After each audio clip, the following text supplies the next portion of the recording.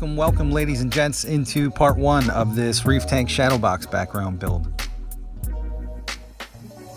So as I mentioned in my previous videos, this is my new 125 I've been working on, and the first thing I did was strip all the old paint off and start thinking about what I wanted to do with the background. Now historically, I've always just painted my tanks. This is my 75 when I painted it, and you can see what I was going for, and I like how it turned out, but it is just still a static image. So I knew I wanted to do something different. I didn't know what it was.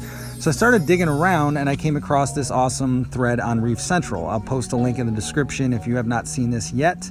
But it's probably the best source of information, trial and error out there on the internet on these shadow box backgrounds. So credit to the original poster for that. It's what led me to do a little more research. I really quickly realized there was not a lot of information on these things out there. And the only other thing I came across was this video right here, which pushed it over the top for me because this was so well done to me. The effect it adds, the depth it adds, the perception that the tank just sort of continues into the background. It was perfect for what I wanted to try. Now, these things don't come without some side effects. Obviously, you will need to keep the back glass clean all the time, which most people wouldn't be a fan of, and it will add some space behind your tank depending on how deep of a shadow box you want to do. But those were things I was willing to sort of sacrifice to try this because I thought the look of it was just amazing.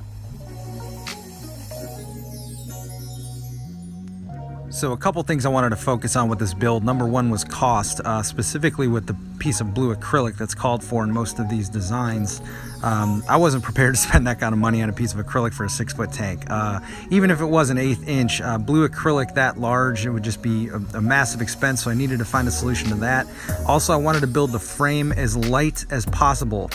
And also everything that goes in it. So I came up with some solutions for that. I've been documenting this as I've gone along so far. I'll be uploading in short little snippet videos, so I encourage you to check back as this thing rolls along. Hope you all enjoy. Happy reefing.